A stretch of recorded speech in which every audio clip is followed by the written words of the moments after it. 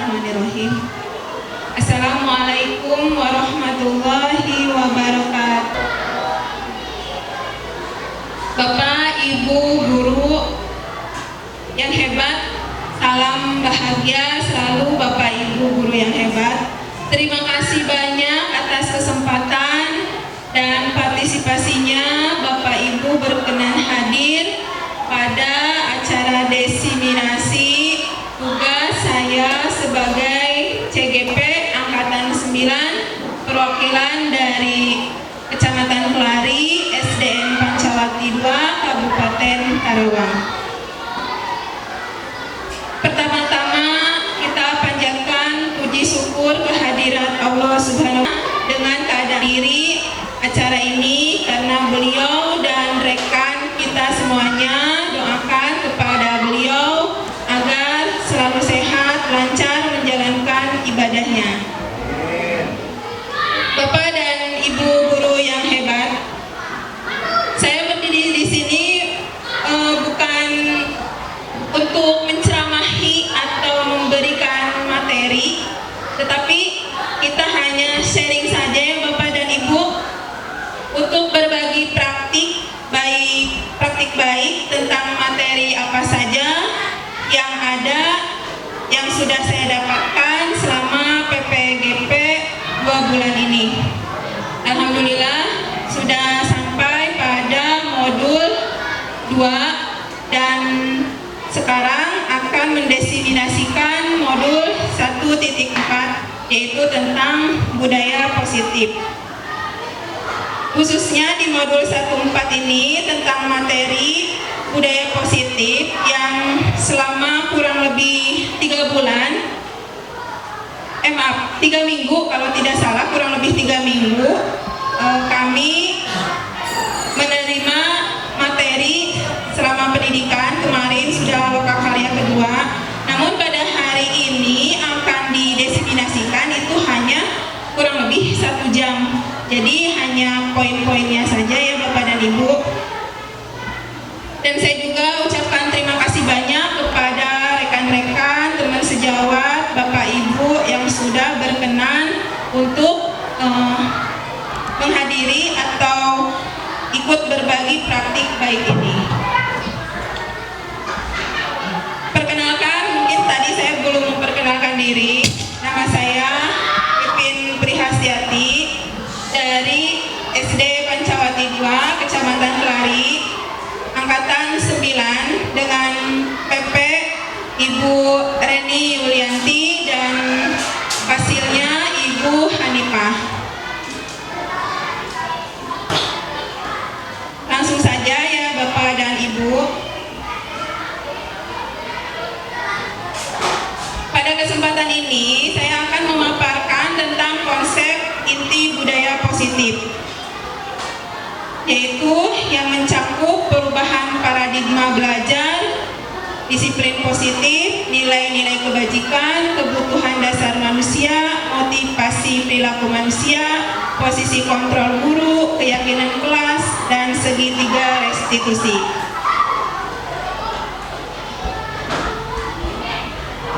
Sejenak kita refleksi dulu sebentar ya Bapak Ibu. Silahkan Bapak Ibu pejamkan mata. Bapak dan Ibu pasti mempunyai impian, cita-cita. Selama ini Bapak dan Ibu sudah mengajar dengan penuh semangat dan mempunyai visi dan misi sebagai guru yang profesional. Pasti kemudian suatu hari nanti Bapak dan Ibu akan menjadi seorang pemimpin. Nah, Bapak dan Ibu silakan pejamkan mata. Bayangkan sekolah impian Bapak dan Ibu. Ambil napas perlahan-lahan, kemudian ingat kembali gambaran sekolah impian yang Bapak Ibu impikan. Sambil memejamkan mata, kemudian direnungkan, mengambil napas perlahan-lahan. Lalu bagaimana suasana sekolahnya, bagaimana sikap gurunya, bagaimana pula tutur kata gurunya, seandainya Bapak dan Ibu mempunyai cita-cita untuk menjadi pimpinan sekolah. Kemudian bagaimana sikap murid-murid Bapak Ibu kelak, bagaimana mereka saling berinteraksi terhadap Bapak dan Ibu. Sudah Bapak dan Ibu? Alhamdulillah.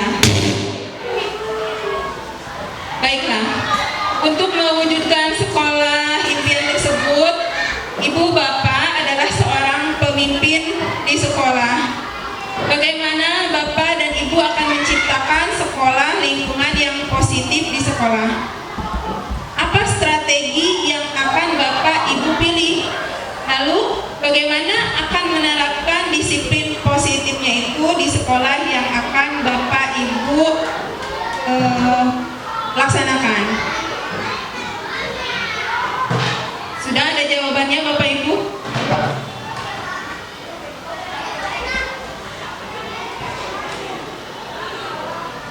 Sudah ada jawabannya? Siapa yang mau menjawab bagaimana sekolah impian Bapak dan Ibu? Pak Kartubi? Sekolah impian yang saya harapkan, ya sekolah yang bisa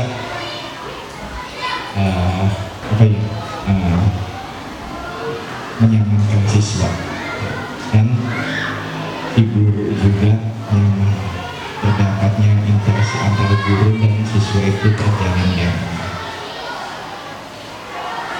Ya, betul sekali. Terima kasih Pak Kartubi. Itu mungkin jawabannya sama dengan saya, kurang lebihnya sama dengan saya. Begitupun saya, Bapak, Ibu guru hebat, mungkin sama, kita satu visi dan satu misi. Sekolah yang saya impikan yaitu adalah sekolah dengan suasana yang nyaman, pasti yang nyaman, dengan berbagai tanaman dan bunga di depan kelas, kemudian juga ada tanaman kecil, ada taman indah, sejuk dan aman tentunya. Kemudian juga Bapak dan Ibu gurunya yang saya impikan selalu bersikap sopan, memperlakukan murid dengan rasa hormat, menjadi tuntunan bagi murid maupun antar guru lainnya. Begitupun sama jawabannya dengan Bapak Kartubi. Memberi contoh dengan sikap perilaku dan tutur kata yang santun, penuh kasih sayang terhadap murid-muridnya.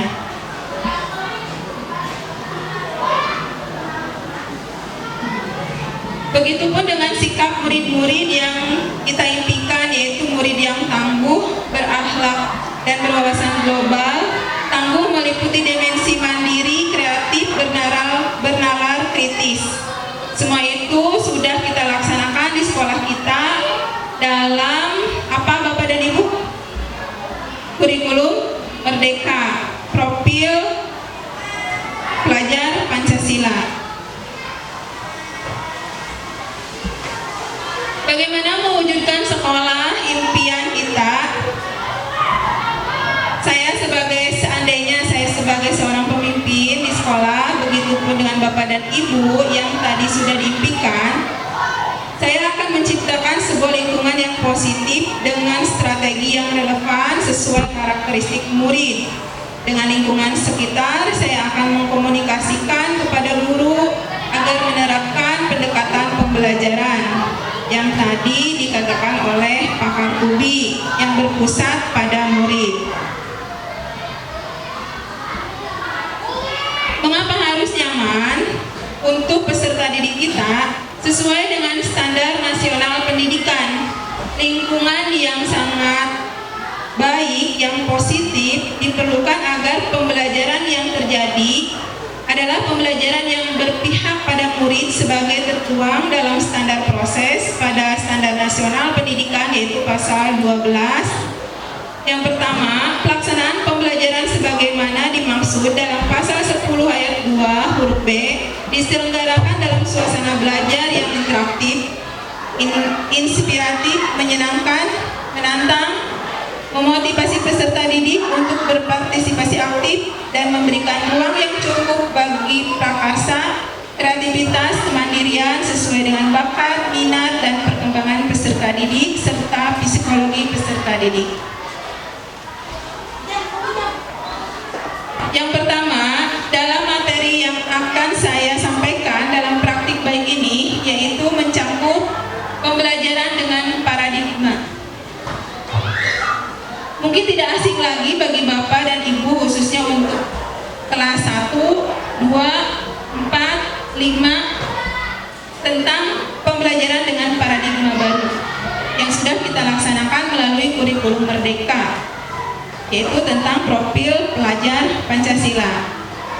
Pembelajaran dengan paradigma baru merupakan pembelajaran yang dirancang berdasarkan prinsip pembelajaran berdiferensiasi sehingga para peserta didik belajar sesuai dengan kebutuhan berdasarkan tahap perkembangan sesuai teori psikologi modern untuk mewujudkan profil Pancasila. Filosofi pendidikan Ki Hajar Dewantara. Siapa Ki Hajar Dewantara itu? Bapak pendidikan. Menurut KHD Ki Hajar Dewantara, pendidikan dan pengajaran merupakan usaha persiapan dan persediaan untuk segala kepentingan hidup manusia, baik dalam hidup bermasyarakat maupun hidup berbudaya dalam arti yang seluas-luasnya. Pendidikan adalah tempat persemaian benih-benih kebudayaan dalam masyarakat. Anak-anak sebagai makhluk manusia dan benda hidup sehingga mereka hidup dan tumbuh menurut kodratnya sendiri. Ki Hajar menjelaskan bahwa tujuan pendidikan yaitu menuntun segala kodrat yang ada pada anak-anak agar mereka dapat mencapai keselamatan dan kebahagiaan yang setinggi-tingginya baik sebagai manusia maupun sebagai anggota masyarakat. Bapak dan Ibu guru hebat, di sini ada kata menuntun. Menuntun itu apa ya? Membimbing. Kemudian apa lagi? Mengarahkan. Betul sekali Bapak dan Ibu guru, membimbing dan mengarahkan. Lalu sekolah ini ibaratkan sawah dan kita sebagai pendidiknya adalah petani. Anak-anaknya diibaratkan sebagai padi. Kalau sawahnya bagus, bibit padinya bagus. Kalau pendidiknya mungkin kurang, otomatis benih itu akan tumbuh baik atau tidak? Tidak. Bisa tidak? Bisa akan tumbuh baik. Lalu bagaimana dengan sawahnya? Tapi benihnya itu kurang. Apakah akan menjadi padi yang tumbuh subur? Bisa iya, bisa tidak. Karena kita sebagai pendidik hanya membimbing, tidak bisa memaksa.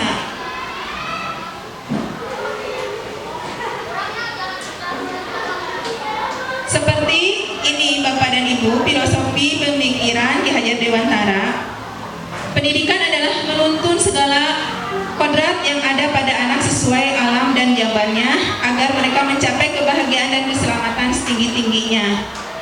Pendidikan menghamba pada murid, berpihak pada murid sesuai minat dan bakat anak. Guru ibarat petani, sekolah ibarat tanah atau lahan, dan murid ibarat benih. Petani hanya bisa menuntun tumbuh benih dengan merawatnya. Terima kasih Pak Wahyu sudah menjawab dan ternyata benar.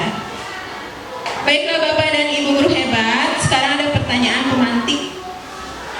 Apa yang Bapak Ibu pahami mengenai kaitan peran pendidik dalam mewujudkan filosofi pendidikan Ki Hajar Dewantara dalam profil Pancasila pada murid-murid dengan paradigma inquiry apresiatif atau IE di sekolah Bapak dan Ibu?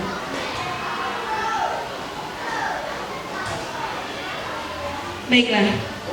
Seorang pendidik harus menjadi contoh tauladan bagi peserta muridnya, yaitu pendidikan yang bertujuan kepada kodrat yang ada pada anak mengikuti kodrat alam dan kodrat zaman. IE itu apa ya Bapak dan Ibu?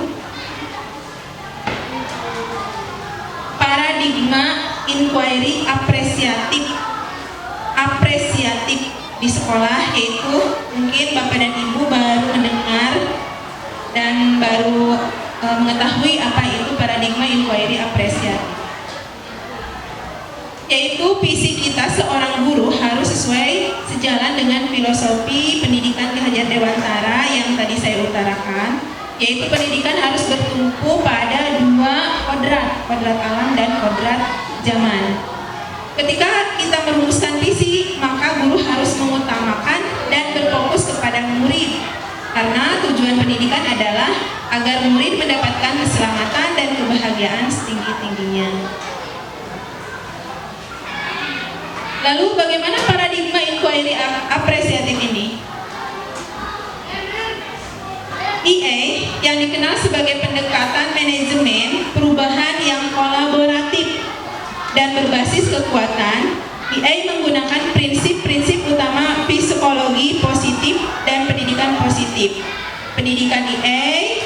Pendekatan EA percaya bahwa setiap orang memiliki inti positif yang dapat memberikan kontribusi pada keberhasilan. Inti positif ini merupakan potensi dari aset organisasi. Misalnya, untuk dapat mewujudkan visi sekolah dan melakukan proses perubahan, maka perlu sebuah pendekatan atau paradigma. Pendekatan ini dipakai sebagai alat untuk mencapai tujuan, yaitu dengan paradigma inquiry apresiatif. Kemudian, manajemen perubahan yang biasa dilakukan untuk menitik beratkan pada masalah apa yang terjadi dan apa yang salah dari proses tersebut untuk diperbaiki.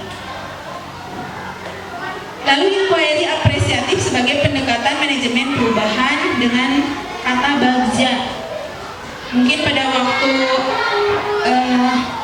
pendampingan PP kedua itu saya sudah menjelaskan tentang artinya bagja.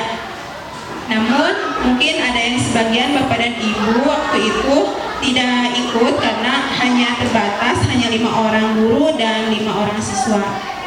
Bagja dalam artian apa ya? Kalau menurut bahasa Sunda bagja itu apa? Bahagia. Bagja teh. Namun di dalam inquiry apresiatif ini bagja itu ada kepanjangannya. Mungkin nanti di lain waktu saya akan menjelaskannya. Di sekolah, pendekatan EA dapat dimulai dengan mengidentifikasi hal baik apa yang telah ada di sekolah. Misalnya, bagaimana hal tersebut dapat dipertahankan, kemudian juga memunculkan strategi untuk mewujudkan perubahan ke arah yang lebih baik lagi. Misalnya, perubahan yang positif di sekolah tidak akan terjadi jika pertanyaan diajukan mengenai kondisi sekolah saat ini diawali dengan permasalahan yang terjadi atau mencari aktor sekolah yang melakukan kesalahan.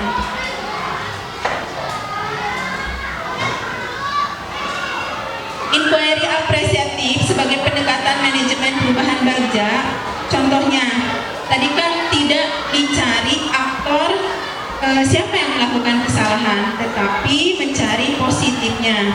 Misalnya dengan kalimat seperti ini.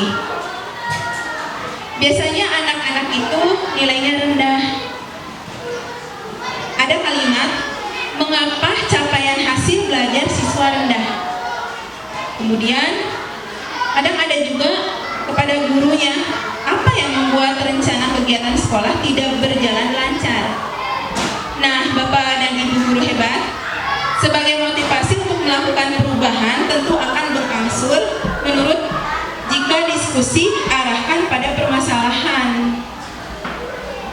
Tetapi suasana psikologi yang terbangun tentu akan berbeda jika pertanyaan itu diawali dengan pertanyaan positif. Kita bisa merubahnya. Kalimat mengapa capaian hasil belajar siswa rendah? Nah, kita bisa merubahnya dengan hal-hal baik apa yang pernah dicapai murid di kelas. Yang kedua, kepada guru, apa yang membuat rencana kegiatan sekolah itu tidak berjalan lancar? Misalnya, anak-anak belum bisa membaca atau anak-anak belum bisa berhitung. Tetapi dengan kalimat positif, tidak menyalahkan, yaitu dengan apa pelajaran menarik yang dapat dipetik dari setiap guru di kelas untuk memperbaiki yang tadi inquiry apresiatif. Baiklah Bapak dan Ibu guru hebat, konsep budaya positif pada materi 1.4 ini yang akan dibahas oleh saya yaitu ada 6. Yang pertama, disiplin positif dan nilai kebajikan universal. Yang kedua, teori motivasi, hukuman dan penghargaan, restitusi. Yang ketiga, keyakinan kelas. Yang keempat, kebutuhan dasar manusia dan dunia berkualitas. Yang kelima, restitusi. 5, posisi kontrol. Dan keenam, restitusi segitiga restitusi. Baiklah, sekarang kita akan ice breaking. Bapak dan Ibu mungkin kan ini berpasang-pasangan ya. Coba sekarang tangannya ke atas. Sekarang kepalkan. Bapak dan Ibu pilih apakah Bapak dan Ibu mau memilih A atau B. Misalkan Bu Rini mau A atau B sama Bu Mei. Bu Rini A, sekarang Bu Mei B. Sekarang Bu Rini di tangannya yang A itu, Bu Rini sebagai A ya, menggenggam sesuatu yang berharga. Apa kira-kira? Misalkan emas atau uang. Misalkan uang dikepal sama Bu Rini itu dengan kekuatannya. Kemudian bagaimana uang tersebut Bu Rini supaya menjaga benda tersebut sekuat tenaga agar tidak pindah kepada orang lain. Sedangkan Bu Mei itu dia posisinya sebagai B. Nah, posisi sebagai B ini rekan. Monggo Bu Dea. Sebagai rekan dari Bu Rini. B ini mencoba dengan segala cara untuk membuka kepalanya Bu Rini. Dengan cara membujuknya. Kemudian ada juga mungkin karena tidak nurut dengan membujuknya, menghardiknya, mengintimidasinya, bahkan memarahi, menggoda, bahkan menggelitik supaya terlepas tuh kepalanya. Bahkan menawari uang. Bu Rini, ayo dong buka itu kepalanya. Kemudian si A dan si B ini, apa yang akan terjadi? Bu Rini kekeh dengan kepalanya dan Bu Mei dengan segala cara untuk membujuk, menghardik dan mengintimidasi. Menggunakan cara halus tidak bisa. Bu Rini karena kekeh, karena kokoh, teguh kalau orang Indonesia bilang. Lalu apakah A, Bu Rini dan B membuka kepalan tangannya? Belum tentu. Bisa ya, bisa tidak. Kemudian yang A dan B, apakah akan menutup kepalanya? Bisa ya, bisa tidak. Nah, dalam kegiatan ini siapa yang menjadi peran kendali atau dia sebagai pemeran kontrol?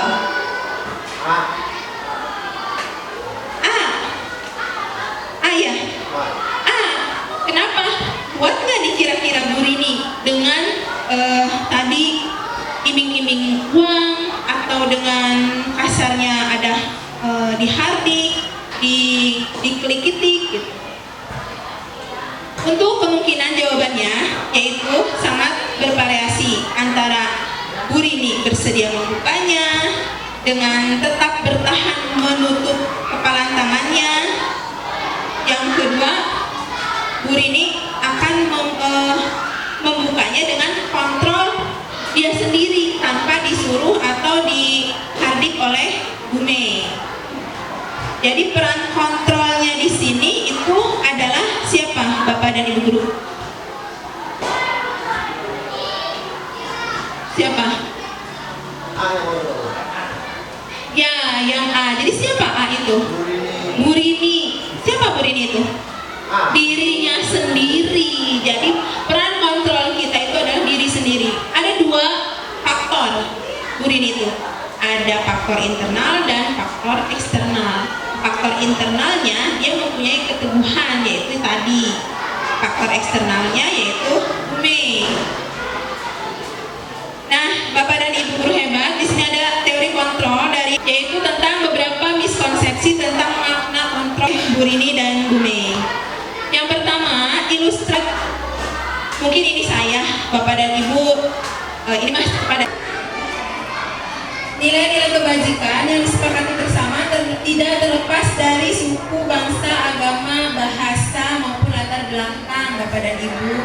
Kebajikan ya tidak melihat dari sukunya apa. Tentunya di sekolahan kita anak-anak dan Bapak dan Ibu guru juga dari berbagai macam suku dan budaya, juga agama. Contoh nilai kebajikan dalam profil Pancasila yaitu yang pertama beriman, bertakwa kepada Tuhan Yang Maha Esa dan berakhlak mulia. Kemudian berbineka global, gotong royong, mandiri, kreatif dan bernalar kritis. Yang ketiga, teori motivasi hukuman dan penghargaan. Nah, hukuman di sini yang tadi sudah saya sampaikan, ini mas saya ya Bapak dan Ibu, saya adalah seorang guru penghukum. Dia ada dosen dalam bukunya Restructuring School Discipline menyatakan ada 3 motivasi perilaku manusia yang tadi sudah kita uji kasus oleh Bu Rini dan Bu Mei, yaitu motivasi eksternal dan motivasi internal. Yang pertama, untuk menghindari ketidaknyamanan atau hukuman. Motivasi disiplin itu yang pertama, dia untuk menghindari ketidaknyamanan atau hukuman. Apa yang akan terjadi apabila saya tidak melakukannya? Misalkan saya melakukan ini, saya disiplin melakukan ini. Mengapa? Karena apa yang akan terjadi apabila saya tidak melakukannya? Berarti itu disiplinnya dia masih motivasi eksternal, bukan dalam dirinya. Yang kedua, seseorang melakukan disiplin itu untuk mendapatkan imbalan dari orang lain atau institusi, yaitu apa yang akan saya dapatkan apabila saya melakukannya. Contohnya nanti ada di sini peserta didik. Itu merupakan motivasi eksternal. Nah, sedangkan disiplin untuk menghargai diri sendiri, saya akan menjadi orang yang seperti apa bila saya melakukan disiplin. Berarti ini sudah masuk ke motivasi internal dari diri sendiri.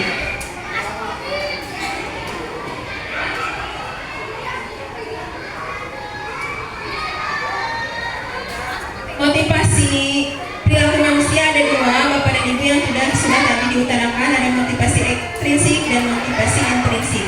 Kemudian motivasi perilaku manusia.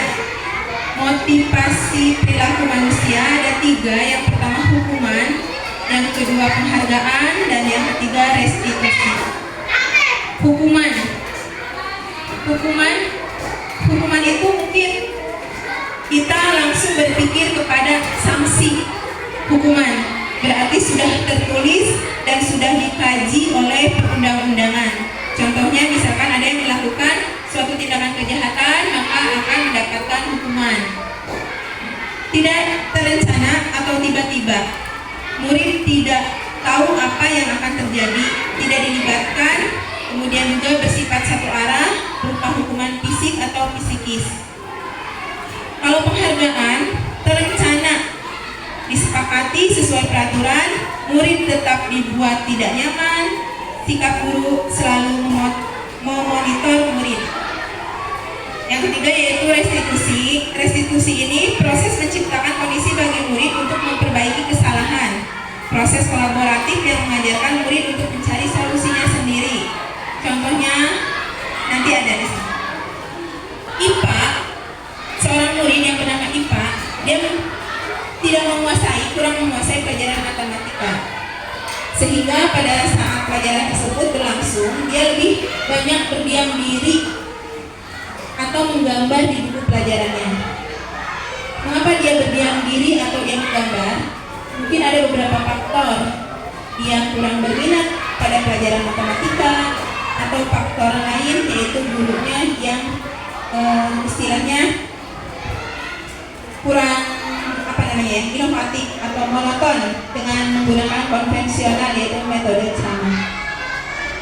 Pada saat guru matematikanya yang bernama Pak Seno menanyakan IPA itu menjadi gugup, dan akhirnya dia menjatuhkan tasnya dari kursi.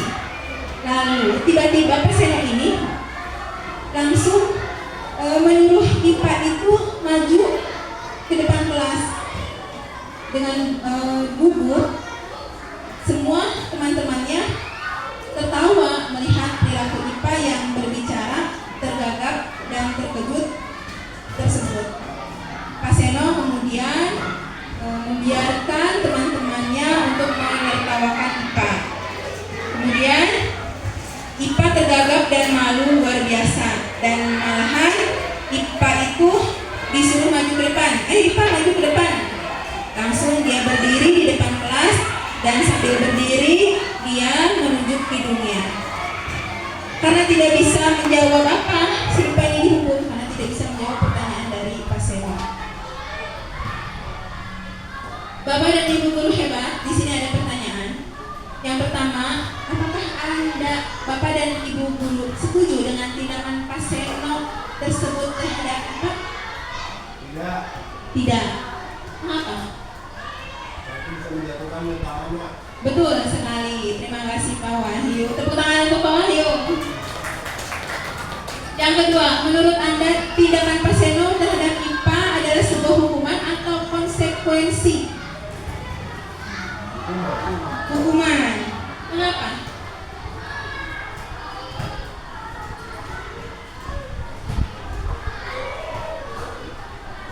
Ya. Iya, betul sekali, hukuman. Mungkin jawaban Pak Wahyu dengan saya hampir sama. Yang pertama, saya tidak setuju dengan tindakan Pak Seno terhadap IPA. Tindakan Pak Seno tersebut tidak pantas dilakukan oleh seorang pendidik yang akan dapat menimbulkan dampak negatif bagi mental IPA dan membiarkan teman-temannya menertawakan. Itu sama saja menggiring perundungan terhadap IPA. Secara tidak langsung kita pernah melakukan, saya pernah melakukannya. Yang kedua, menurut saya itu adalah sebuah hukuman.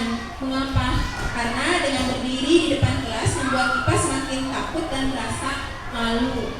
Pak Seno langsung menghakimi IPA tanpa memberikan dulu apa sebabnya dia menjatuhkan buku tersebut dari kursi. Baiklah Bapak dan Ibu guru hebat, sekarang apa sih hukuman dan restitusi maupun konsekuensi?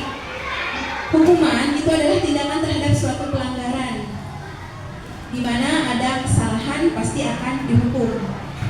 Orang yang akan dirugikan, misalnya si A dan si B. Si A dirugikan kepada si B, baik secara material maupun secara immaterial, maka akan terjadi hukuman.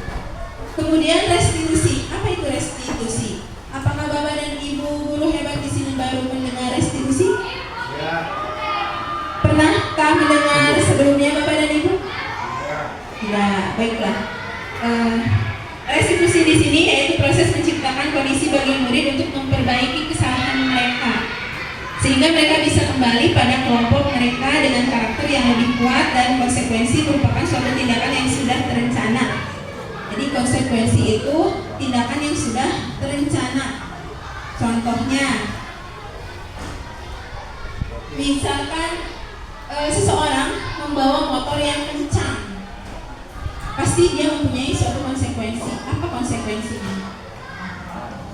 Ya, jatuh konsekuensinya.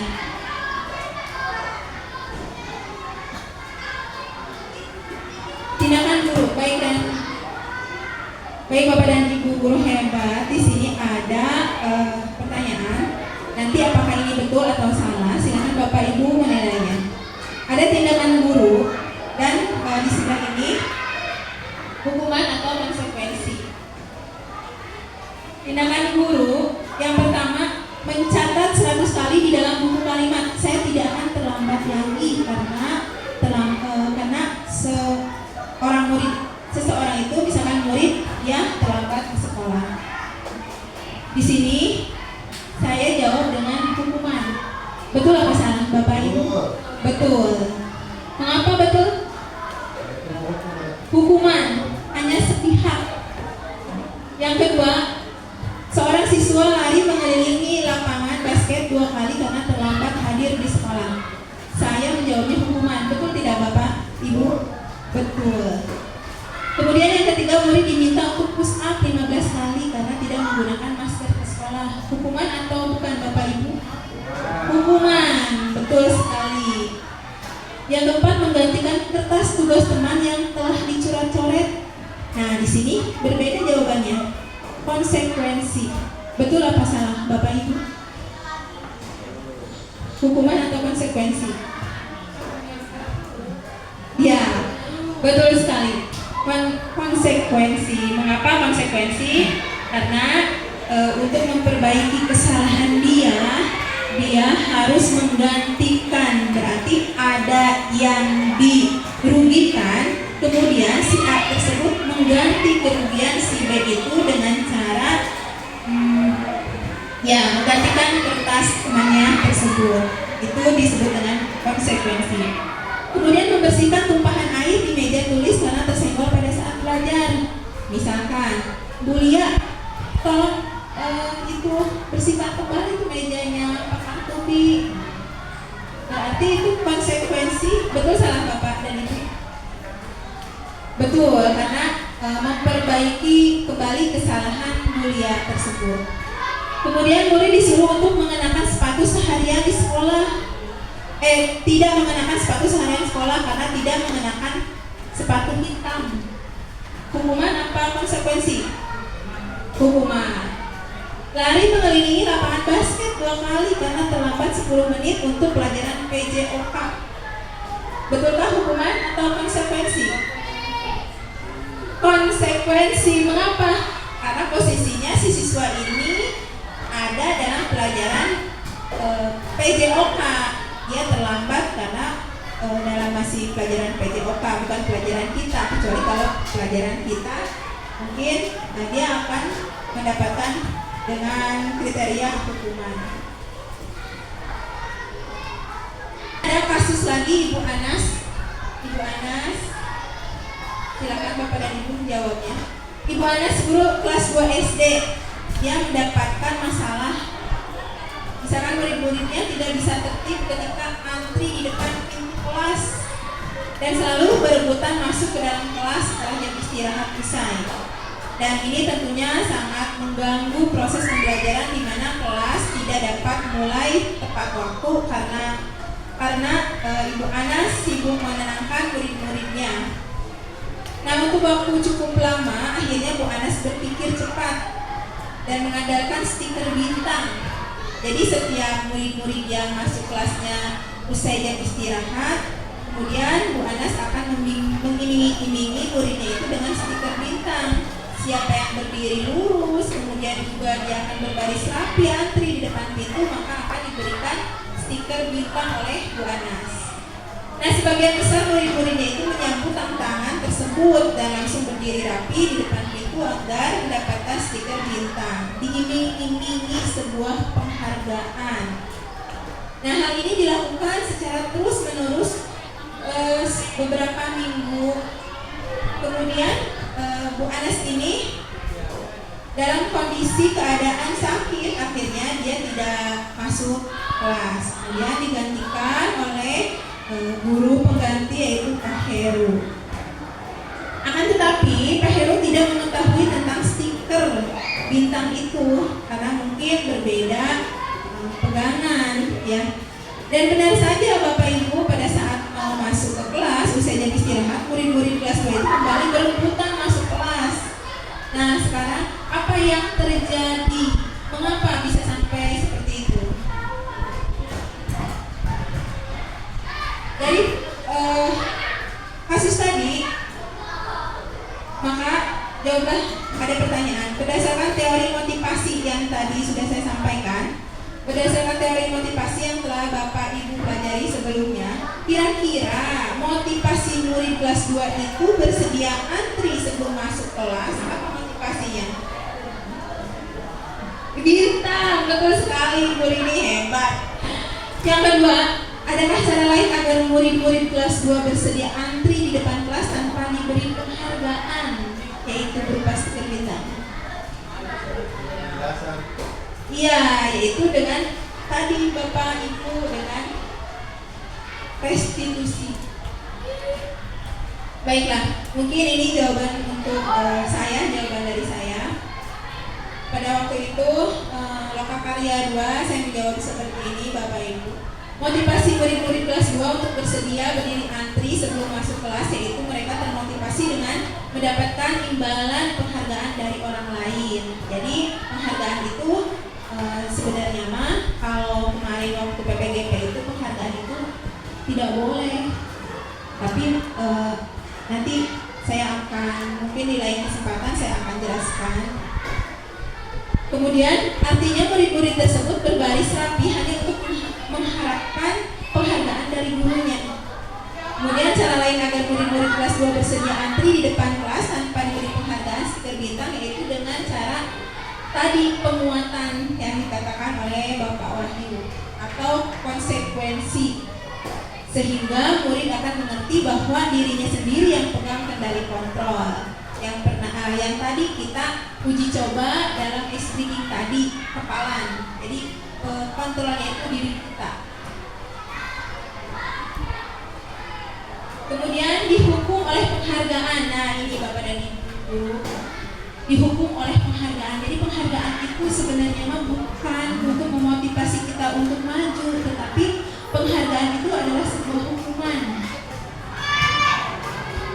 Bagaimana pengaruhnya jangka pendek dan jangka panjang? Kemudian juga penghargaan tidak efektif, penghargaan merusak hubungan, penghargaan mengurangi ketepatan, kemudian juga penghargaan menurunkan kualitas, penghargaan juga mematikan kreativitas, penghargaan menghukum motivasi dari dalam diri intrinsik.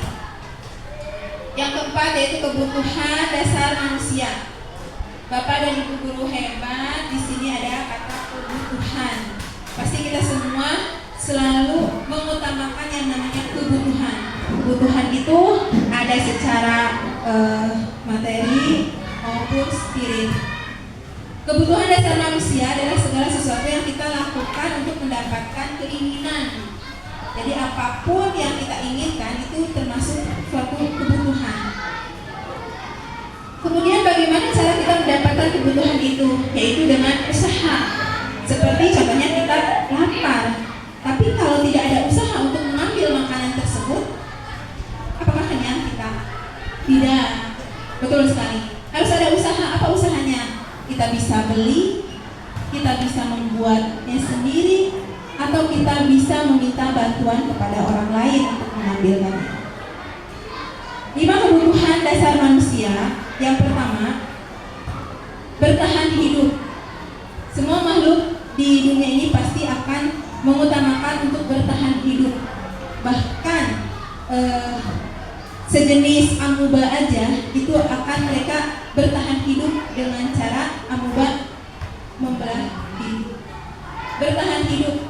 Yang di sini yang pertama, kebutuhan kita sebagai makhluk sosial, makan, pakaian, tempat tinggal, keamanan, dan kesehatan. Ini adalah faktor pertama kita untuk bertahan hidup. Yang kedua, kasih sayang dan rasa diterima. Bapak dan Ibu yang hebat, rasa diterima, misalkan dipedulikan, berbagi, kerjasama, menjadi bagian dalam kelompok. Dan yang ketiga adalah penguasaan.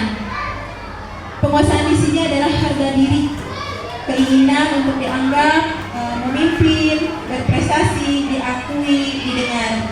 Yang tadi Bapak dan Ibu sudah pada waktu ice pertama untuk bermimpi. Salah tidak kita bermimpi? Tidak, karena kita yakin bahwa dengan mimpi-mimpi itu kita akan lebih maju lagi. Nah, maka di sini bermimpilah setinggi langit dan bekerjalah agar tercapai mimpi-mimpi itu. Tidak ada yang tidak mungkin jika kita bergerak, Bapak dan Ibu. Yang keempat yaitu kebebasan. Bapak dan Ibu ingin bebas tidak? Dalam 1 minggu ini ingin bebas tidak? Ingin. Setiap hari Sabtu pasti itu wajah-wajah sumringah. Kenapa? Karena mendekati weekend. Dalam bekerja pasti kita membutuhkan kebebasan dan kesenangan. Kebebasan di sini yaitu mandiri, memiliki pilihan, mencoba hal baru, mampu dirinya. Begitupun dengan anak murid kita, apalagi sekarang kurikulum merdeka anak murid kita, hanya gurunya saja yang tidak merdeka. Kesenangan di sini bermain, antusiasme, dan tertawa. Kebutuhan bertahan hidup atau dimaksud dengan survival yang bersifat psikologis yang tadi tentang makan, minum, meliputi kebutuhan akan perasaan aman. Kemudian kasih sayang dan rasa diterima, kebutuhan untuk diterima kasih sayang baik kepada sesama, rekan kerja maupun kepada pasangan kita. Kemudian yang ketiga, penguasaan, kebutuhan pengakuan atas kemampuan. Misalkan kebutuhan ini berhubungan dengan kekuatan untuk mencapai sesuatu, menjadi kompeten, menjadi terampil, diakui prestasi dan keterampilan kita didengarkan dan memiliki rasa harga diri. Yang keempat, kebebasan, kebutuhan akan pilihan. Misalkan tadi anak-anak ya, bapak dan ibu untuk mencoba mereka masuk kelas.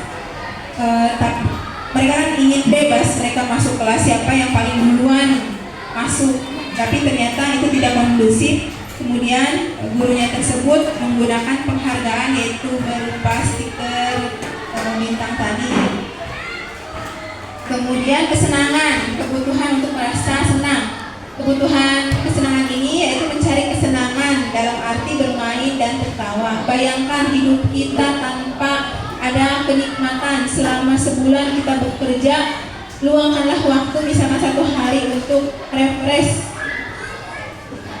Kleister menghubungkan kebutuhan akan kesenangan dengan belajar. Kemudian yang kelima yaitu 5 posisi kontrol restitusi. 5 posisi kontrol guru. Nah ini ada 5 ya. Penghukum, pembuat merasa bersalah, teman, pemantau, manajer. Yang pernah diutarakan pada waktu itu kalau tidak salah oleh Bu Prima yang Koyo ya, bahwa posisi kontrol guru sebagai penghukum, pembuat merasa bersalah, kita sebagai teman, pemantau, dan manajer. Penghukum, posisi penghukum di sini menghardik, berkacak, pinggang, membentak, hukuman verbal atau fisik. Mungkin dampak positifnya bagi murid menjadi pendendam, tidak menyukai guru tersebut. Yang kedua, pembuat merasa bersalah. Posisinya rasa bersalah ini cenderung suaranya itu lembut, tenang, namun kata-katanya menyalahkan murid. Nanti di sini ada ya, kita lewati saja. Yang ketiga, teman, posisi teman, suara guru akan ramah, cenderung bersenda gurau untuk menghangatkan suasana. Pemantau, biasanya seorang pemantau datar, kemudian juga tidak emosional, biasa-biasa saja. Dan kelima adalah manajer. Baiklah, mungkin ini contohnya ya Bapak dan Ibu. Contoh penerapan 5 posisi kontrol, misalkan ada kasus seperti ini. Siswa tidak memakai atribut lengkap saat upacara bendera. Pernah nggak kita menjadi posisi kita ini sebagai penghukum? Saya pernah merasakan ketika anak murid saya tidak punya atribut, saya langsung menghukum tidak, tapi saya langsung menyalurkannya ke koperasi sekolah, ke Bu Betty. Besok kamu beli ya atributnya Ibu Betty. Dan ternyata pengalaman ini ada di sini Bapak dan Ibu. Ternyata saya sebagai apa ya? Penghukum. Karena pada bendera selama 1 jam, jika ada siswa tidak memakai atribut lengkap saat upacara bendera, dia hormat. Yang kedua, membuat merasa bersalah dengan kata-kata seperti ini. Berapa kali Bapak atau berapa kali Ibu teh harus memberitahu kamu supaya kamu itu tidak mengecewakan Ibu, nah gitu. Itu adalah membuat merasa bersalah. Kamu teh gak kasihan sama guru teh malu, kamu lagi. Kamu kan anak murid Ibu dan Ibu adalah wali kelasnya. Jadi itu merupakan membuat merasa bersalah. Kemudian teman, sebagai teman, kontrol guru sebagai teman. Ayo dong, ikut aturan sekolah, beli ya atributnya dengan penekanan seperti itu. Kemudian pemantau. Nah, yang tadi pengalaman saya pada anak murid saya yang kurang rapi topinya, kemudian atributnya, ternyata saya itu sebagai pemantau Bapak Ibu. Misalkan saya menegur siswa tersebut, kemudian saya menyalurkannya. Kamu beli ya atributnya ke koperasi, terus jangan diulangi ya. Itu pernah saya alami. Yang kelima yaitu manajer. Nah, posisi inilah yang paling istimewa Bapak Ibu. Apakah kamu tahu kesalahan kamu? Jadi kita menanyakan dulu letak kesalahannya. Bukan kita mengatakan kamu itu salah, sudah tidak menggunakan atribut lengkap. Tidak seperti itu, tetapi kamu tahu nggak kesalahan kamu itu apa? Kemudian si anak itu akan menjawab, iya Bu, saya tidak menggunakan atribut sekolah. Kemudian kita sebagai gurunya akan menjawab lagi. Kemudian apa yang akan kamu perbaiki? Mungkin si anak itu akan menjawab, besok saya akan membelinya Bu. Gitu. Terus kemudian si guru tersebut mengingatkan kembali, ingat gak kamu tentang keyakinan kelas yang kita buat bersama? Ingat Bu, apa? Kita harus menaati peraturan sekolah, baik berpakaian rapi maupun dengan bertutur kata. Mungkin itu dari keyakinan kelas anak tersebut. Diingatkan kembali. Itu posisi kontrol guru sebagai manajer. Kemudian masuknya ke restitusi. Nah, posisi kontrol, apakah aku misalkan saya kecewa sekali denganmu, kata Pak Kartubi, ada anak yang tidak hafal surat Al-Kafirun. Lalu Pak Kartubi, punten ya Pak kan? Lalu Pak Kartubi dengan bahasa seperti ini, saya kecewa sekali dengan kamu udah 2 minggu udah hafal-hafal. Nah, posisi kontrol Pak Kartubi di sini adalah seorang pembuat merasa bersalah. Kemudian anak tersebut akan merasa, iya kenapa ya Pak, saya tidak ngapalkeun wae tapi nggak hafal-hafal. Nah, dia bahkan menyalahkan dirinya sendiri. Kemudian posisi kontrol, apakah aku, karena nggak Bapak dan Ibu, punten ya, bukan menasehati, ini mah saya pernah mengatakan seperti ini. Kamu tidak pernah benar melakukan, misalkan murid saya ada pelajaran matematika, perasaan ibu tuh udah beberapa kali menerangkan tentang KPK ini, salah lagi gitu. Nah, berarti saya itu adalah seorang penghukum. Kemudian posisi kontrol, apakah aku? Apa rencanamu untuk menyelesaikan masalah ini? Misalkan ada seorang anak membuat kesalahan, dia makan ketika waktu jam pelajaran dengan alasan dia tidak sarapan pagi. Kemudian misalkan muridnya Pak Wahyu, misalkan. Kemudian Pak Wahyu mengatakan seperti ini, kamu tahu nggak dipanggil sama Bapak itu untuk apa kesini? Tahu Pak, soalnya tadi saya makan di kelas.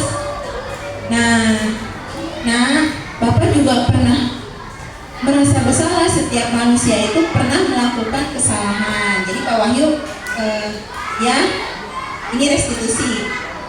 Bapak juga pernah melakukan kesalahan, waktu itu Bapak lapar banget tapi Bapak makan, tapi Bapak tidak mengulanginya lagi. Kita sebagai makhluk hidup pasti mempunyai kesalahan.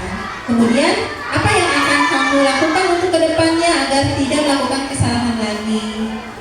Nah, si anak itu akan menjawab lagi, apa ya Pak, besok saya tidak akan makan di kelas lagi ketika pelajaran Bapak. Terus apa yang akan kamu lakukan? Saya akan makan di rumah Pak, sarapan. Nah, betul sekali kata Pak Wahyu, berarti kamu sudah ingat dengan keyakinan kelas kita. Ini posisi Pak Wahyu sebagai manajer. Kemudian posisi kontrol, apakah aku? Ada bahasa seperti ini, ayolah lakukan demi Bapak dan Ibu ya. Misalkan kemarin saya kepada anak-anak waktu O2SN ke si Rizky, ayo dong kamu demi ibu yang menang ya, pokoknya harus menang gitu. Nah itu sebagai kontrol saya sebagai teman. Kemudian posisi kontrol, apakah kamu tidak pernah mendapat nilai jika tidak mengerjakan tugas. Misalnya Bulia, kamu teh ngerjakeun wae tugas tapi nilai teh nol wae, kumaha sih belajar kita di rumah gitu. Berarti Bulia itu sebagai pemantau. Contohnya ya Bulia punten. Yang keenam adalah keyakinan kelas. Nah, Bapak dan Ibu guru hebat, mungkin di sini ada sedikit perbedaan.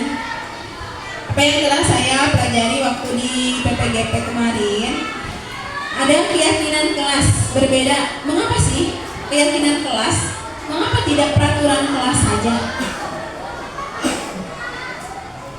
Pak Sarman mungkin bisa menjawab. Peraturan kelas, tidak boleh makan di kelas, tidak boleh terlambat, tidak boleh tidak piket, tidak boleh bercanda ketika Bapak sedang menerangkan. Itu peraturan. Berbeda dengan keyakinan. Mengapa keyakinan kelas berbeda dengan peraturan kelas? Baiklah Bapak dan Ibu guru hebat, mungkin yang pertama, mengapa kita memiliki contohnya? Ini adalah sebuah motor, pasti Bapak dan Ibu kalau mempunyai motor pasti mempunyai helm. Mengapa kita memiliki peraturan tentang menggunakan helm pada saat mengendarai kendaraan roda 2? Mungkin jawabannya untuk keselamatan, biar kalau jatuh kepalanya tidak terbentur. Yang ketiga, mengapa kita memiliki peraturan tentang penggunaan masker dan mencuci tangan pada waktu shopping? Anak-anak ada yang tidak menggunakan masker, langsung kita jawab. Nah, kenapa kamu harus menggunakan masker? Supaya kamu itu selamat dari shopping, itu kan ya? Nah, Bapak dan Ibu guru hebat, nilai-nilai keselamatan atau kesehatan yang tadi, inilah yang kita sebut dengan keyakinan. Jadi, kenapa ya kamu menggunakan helm biar selamat? Nah, itu kata keselamatan itu adalah merupakan suatu nilai keyakinan. Nilai keyakinan itu kebijakan universal, artinya secara tersirat dan tersurat, lepas dari suku, negara, bahasa maupun agama, tidak membeda-bedakan. Jadi nilainya universal. Kemudian pada keyakinan seorang akan lebih memotivasi seseorang dari dalam diri seseorang itu untuk bergerak, bersemangat untuk menjalankan keyakinannya. Tetapi kalau peraturan-peraturan biasanya itu akan ada hukuman. Ada yang mengatakan bahwa peraturan itu untuk dilanggar, dan dilanggar itu akan dikenakan hukuman. Mungkin ada yang mengatakan seperti itu. Maka nilai-nilai kebajikanlah di sini yang diterapkan, yaitu dari keyakinan. Apa tujuan utamanya? Dan menjadi tidak tertarik atau takut sehingga hanya sekedar mengikuti serangkaian peraturan-peraturan. Kalau peraturan-peraturan, mereka tidak melaksanakannya dengan sepenuh hati, dengan motivasi intrinsik itu. Mereka akan terbentuk karena ketakutan. Karena saya mematuhi peraturan ini karena saya takut dihukum. Ya, mungkin seperti itu Bapak Ibu. Kemudian pembentukan keyakinan sekolah kelas. Nah, keyakinan kelas bersifat lebih abstrak daripada peraturan yang lebih rinci konkret. Yang kedua, keyakinan kelas berupa pernyataan-pernyataan universal. Dan yang ketiga, pernyataan keyakinan kelas senantiasa dibuat dalam bentuk positif. Yang keempat, keyakinan kelas hendaknya tidak terlalu banyak sehingga mudah diingat dan dipahami oleh semua warga kelas. Kemudian keyakinan kelas sebaiknya sesuatu yang dapat diterapkan di lingkungan tersebut. Kemudian warga kelas hendaknya ikut berkontribusi dalam pembuatan keyakinan kelas lewat kegiatan curah pendapat dan bersedia meninjau kembali keyakinan kelas dari waktu ke waktu. Jadi ditinjau ulang keyakinan kelas itu. Setiap ada anak yang tadi seperti kasus Pak Wahyu dengan anak muridnya, kemudian Pak Wahyu mengingatkan kembali, Kamu ingat nggak keyakinan kelas kita? Iya Pak, ingat. Apa? Terus anak tersebut mengingatkan kembali keyakinan kelasnya bahwa tidak boleh makan tepat waktu. Kemudian prosedur pembentukan keyakinan sekolah kelas. Yang pertama, mempersilahkan warga sekolah atau murid-murid di sekolah atau kelas untuk mencurah pendapat tentang keyakinan kelas yang perlu disepakati oleh kelas. Jadi setiap anak itu diberikan kertas, ditulis apa pendapat mereka untuk keyakinan kelas kita. Kemudian semua peserta didik, murid kita menuliskan semua masukan-masukannya di kertas. Kemudian setiap anggota warga kelas langsung melihat curah pendapat mereka dan menempelkannya. Kemudian susun keyakinan kelas sesuai prosedur pembentuk keyakinan sekolah kelas dengan mengganti kalimat-kalimat seperti ini. Misalkan ada anak yang masih, karena kita belum terbiasa dengan keyakinan kelas, mungkin ada anak yang menuliskannya jangan berlari di kelas atau koridor. Nah, kita mengarahkan dan menuntun, menggantikan kalimat negatif itu menjadi kalimat positif, berjalanlah di kelas atau koridor. Kemudian juga mungkin ada anak yang menulis tidak boleh membuang sampah sembarangan, diganti dengan kalimat positifnya yaitu buanglah sampah pada tempatnya. Nah, keyakinan kelas setelah dibuat, maka warga kelas dipersilakan meninjau ulang, kemudian ditandatangani. Ya anak-anak semuanya sudah mengumpulkan, kemudian kita yakini bahwa kesepakatan keyakinan kelas kita ini adalah ini misalkan. Kemudian ditandatangani oleh Bapak dan Ibu guru selaku wali kelasnya. Peraturan dan keyakinan kelas. Nah, Bapak Ibu guru yang hebat, mungkin ini ada sedikit perbedaan antara peraturan dan keyakinan kelas. Selalu kembalikan buku ke tempatnya. Berarti keyakinan kelasnya dengan nilai kebajikan yang tadi secara universal itu adalah tanggung jawab. Kemudian ada peraturan, dilarang mengganggu orang lain. Nah, peraturan ini kan ada kata dilarang, masih kalimat negatif. Maka keyakinan kelasnya adalah menghormati orang lain. Kemudian kalau peraturan biasanya kelas Pak Sarman ada peraturan kelas hadir di sekolah 15 menit sebelum pelajaran dimulai. Berarti keyakinan kelas Pak Sarman nanti menghormati orang lain, berkomitmen. Kemudian dilarang melakukan kekerasan. Misalkan anak-anak suka bertengkar di kelas. Nah, kita ganti dengan kalimat positifnya yaitu keyakinan kelasnya keselamatan, menghormati orang lain. Kemudian dilarang menggunakan narkoba. Keyakinan kelasnya berarti tentang kesehatan. Bergantian atau menunggu giliran. Yang tadi kasus kelas 2 itu ya Bapak dan Ibu, menghormati orang lain, bersabar. Kemudian gunakan masker. Berarti kesehatan dan keselamatan. Ayo gunakan masker anak-anak. Jangan berlari di kelas atau koridor. Keselamatan dan keamanan. Kita ganti dengan keyakinan kelas yaitu keselamatan dan keamanan. Nah, yang terakhir yaitu segitiga restitusi ini. Apa sih segitiga restitusi ini? Yang paling pertama yaitu adalah menstabilkan identitas. Ketika anak ada yang mempunyai kasus membuat kegaduhan atau bertengkar, yang pertama kita harus lakukan adalah menstabilkan identitas. Videonya ada, cuman saya nggak dibawa, masih ada di playlist. Menstabilkan identitas, melakukan hal terbaik yang bisa dilakukan. Kemudian validasi tindakan yang salah. Semua perilaku memiliki alasan. Yang ketiga, menanyakan keyakinan, memiliki motivasi internal seperti kasus tadi Pak Wahyu. Misalkan untuk menstabilkan, ditanya anak muridnya, kamu tahu nggak kenapa Bapak panggil ke sini? Itu dalam segitiga restitusi Pak Wahyu secara tidak langsung sudah melakukan menstabilkan identitas. Kemudian anak tersebut mengatakan, saya mempunyai kesalahan Pak karena makan di kelas. Nah, kemudian Pak Wahyu mengatakan lagi, betul, kamu sudah makan di kelas dan Bapak tidak marah sama kamu. Mengapa? Karena setiap manusia itu pasti pernah melakukan kesalahan. Yang ketiga, Pak Wahyu tadi mengatakan untuk memperbaiki kesalahan kamu akan melakukan apa? Nah, ini sudah menanyakan tentang keyakinan. Menstabilkan identitas yang sudah tadi dijelaskan. Kemudian ada kalimat seperti ini, berbuat salah itu tidak apa-apa nak. Tidak ada manusia yang tidak sempurna, itu menstabilkan identitas. Bapak dan ibu guru juga pernah melakukan kesalahan kok. Jadi si anak itu tidak langsung down gitu mentalnya. Kemudian validasi tindakan yang salah.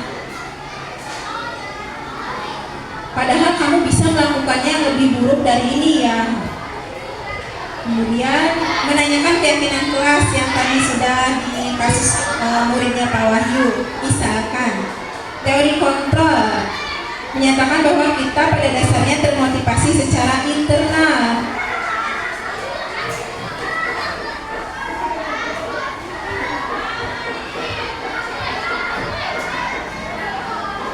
Nah, Bapak dan Ibu guru, refleksi tentang pemahaman budaya positif. Alhamdulillah di sekolahan kita budaya positifnya luar biasa, sudah banyak sekali. Ketika tugas-tugas saya masukkan ke dalam tugas-tugas untuk kemarin lokakarya, itu PP-nya mengatakan ini banyak banget foto-fotonya. Ketika ada dokumentasi, alhamdulillah sekolahan kita banyak sekali kegiatan-kegiatannya. Yang pertama, pemahaman konsep budaya positif yang telah kita pelajari dari awal ya Bapak dan Ibu.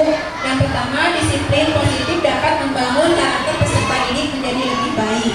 Yang kedua, keyakinan kelas merupakan hal baru dan hal berbeda dari apa yang bisa saya buat di kelas tentang memberikan kesempatan kepada peserta didik untuk berkontribusi. Jadi setiap anak itu membuat keyakinan kelas, mengutarakan pendapatnya masing-masing. Yang ketiga, memahami 5 posisi kontrol guru dan menerapkannya, yaitu berupa segitiga restitusi itu yang tadi contoh Pak Wahyu. Dan ini adalah budaya positif sekolahan kita SD Pancawati 2. Mungkin ini hanya sebagian kecil dari budaya positif sekolahan kita. Ini hanya contoh, hanya sekelas saya saja. Tentang 5E, salam, sapa, senyum, kemudian juga sholat duha, kemudian upacara bendera yang sering kita lakukan, kemudian P5 untuk kelas 5, kelas 4 juga, kelas 2, kemudian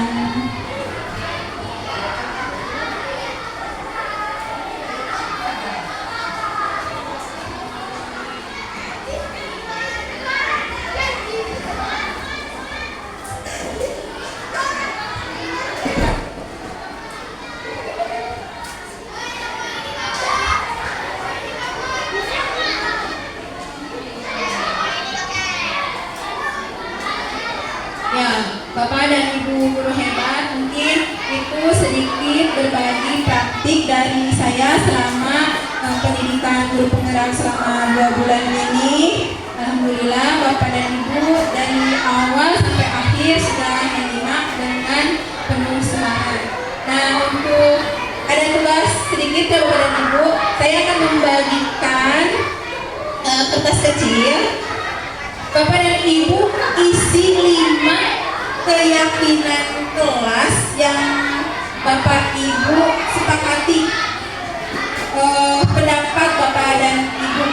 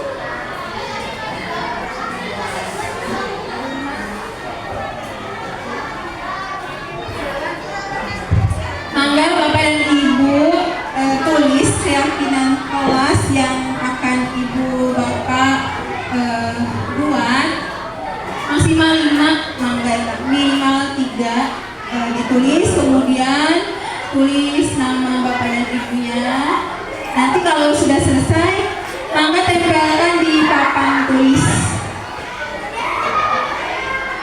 Oh iya, lupa masalahnya.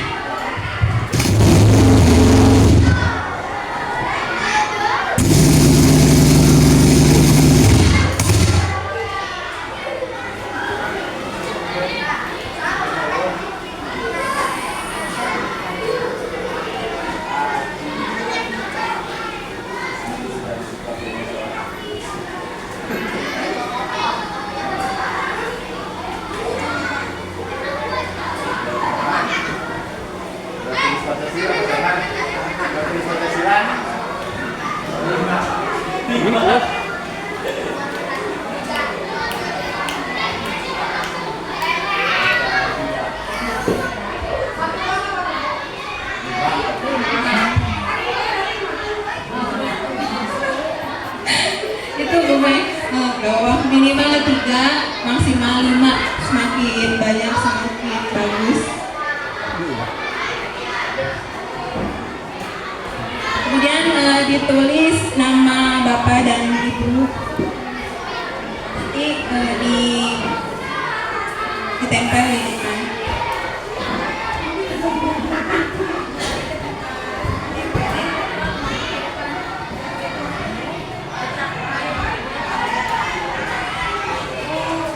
Stop dulu ya.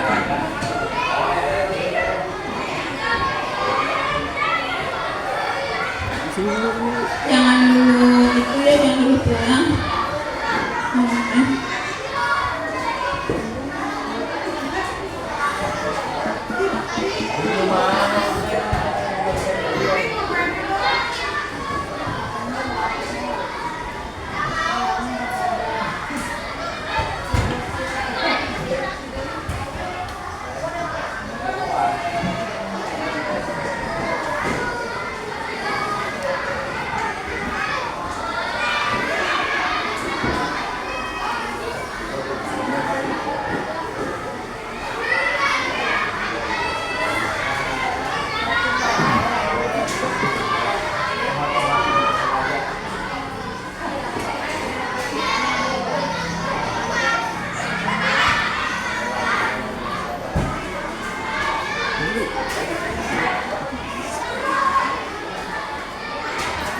Video kali syuting.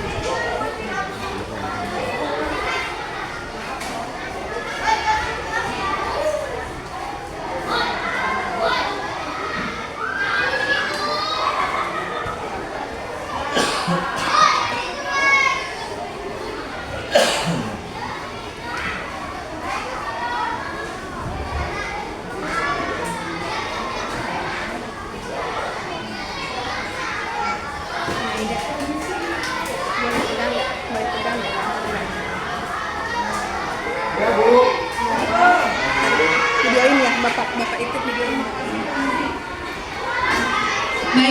Baik Bapak Ibu guru hebat, silakan kalau yang sudah boleh ditempelkan di papan tulis. Mangga Bapak Ibu guru. Ya, terima kasih banyak Pak Wahyu. Ini adalah keyakinan kelas dari Bu Lia dan Bu Lili selaku kelas 6, wali kelas 6 dan guru pendidikan agama Islam. Kemudian perwakilan dari kelas 4, Bu Mei, keyakinan kelasnya. Ya, terima kasih banyak Bu Mei. Dan ini adalah Bapak Sarman selaku wali kelas 6. Hatur nuhun Pak Sarman. Ya,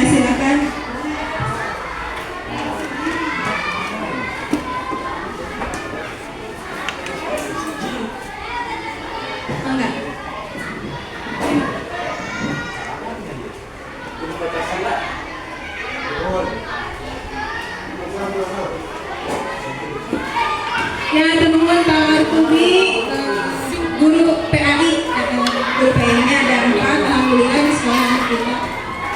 Dan ini adalah mahasiswa yang sedang PKL di sekolah kita. Atur nuhun. Baiklah Bapak dan Ibu guru hebat, alhamdulillah kita memasuki acara yang terakhir. Saya selaku CGP Angkatan 9 dari SDN Pancawati 2 ini mewakili SD Pancawati 2 mengucapkan banyak terima kasih banyak kepada Bapak dan Ibu sudah memfasilitasi saya dalam menyelesaikan tugas aksi nyata modul 1.4. Mudah-mudahan Bapak dan Ibu guru semuanya menjadi guru-guru hebat